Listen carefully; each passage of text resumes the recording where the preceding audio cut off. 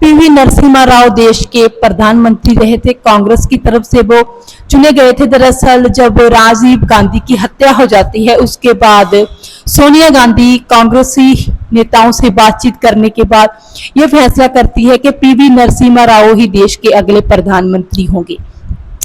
लेकिन पहले पहल तो पीवी नरसिम्हा राव सोनिया गांधी को रिपोर्ट करते थे, हर मामले में उनकी सलाह लेते थे, लेकिन उसके बाद ये थोड़ा बहुत कम हो गया और धीरे धीरे सोनिया गांधी और नरसिम्हा राव के बीच में मनमुटाव बढ़ने लगे।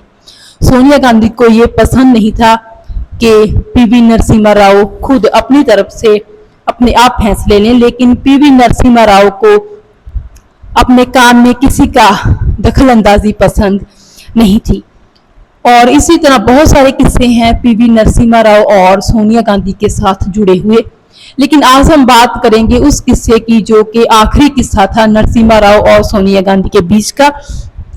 और बात है 23 दिसंबर 2004 की, जब एम्स हॉस्पिटल में नरसिम्हा राव ने आखिरी सांस ली थी और तभी से गुफ्तगू चलने लगी थी कांग्रेस लीडरशिप में कि पीवी नरसिम्हा राव का अंतिम संस्कार दिल्ली में नहीं बल्कि उनके मातृभूमि कर्नाटक में होना चाहिए।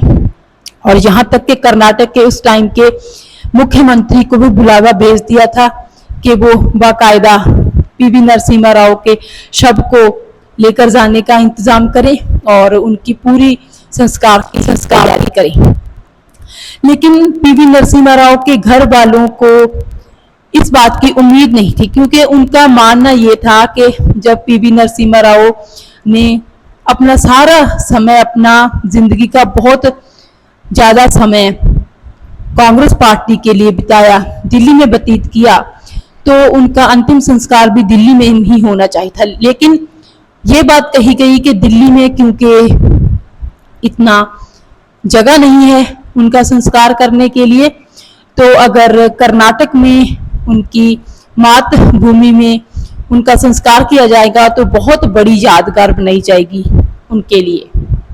तो जैसे एक परंपरा है कि किसी भी बड़े लीडर की जब मृत्यु हो जाती है तो उसके बाद कुछ समय के लिए उनको कांग्रेस के दफ्तर में लाया जाता है, जहां पे कार्यकर्ता उनको श्रद्धांजलि देते हैं। और जब नरसिम्हा राव का मृतक शव कांग्रेस मुख्यालय, कांग्रेस दफ्तर के भीतर लाने की कोशिश की जाती है, तब गेट ही नहीं खोला जाता और बहुत देर इंतजार करने के बाद फिर उनको वापस लौट जाना पड़ता है नरसिम्हा राव के घर वालों को, और फिर कर्नाटक में ही उनका अंतिम संस्कार किया जाना होता है। जहां पे आपको बता दें कि श्रीमती सोनिया गांधी तब कांग्रेस दफ्तर में मौजूद थी जब नरसिम्हा राव के शव के साथ ऐसा व्यवहार किया जाता है। तो ये बात बहुत ही हैरानीजनक थी उस टाइम पे, बहुत हैरान कर देने वाली कि भारत के इतने बड़े प्रधानमंत्री कांग्रेसी लीडर के साथ, कांग्रेस ने ही अपने एक नेता के साथ जो कि इतना बड़ा कद रखते थे कांग्रेस पार्टी में, ऐसा व्यवहार क्यों किया। पीवी नरसिम्हा राव को बहुत सारी उनकी नीतियों के कारण सराहा जाता रहा है। डॉक्टर मनमोहन सिंह को वित्त मंत्री बनने का उस टाइम पे न्योता पीवी नरसिम्हा राव ने ही दिया था।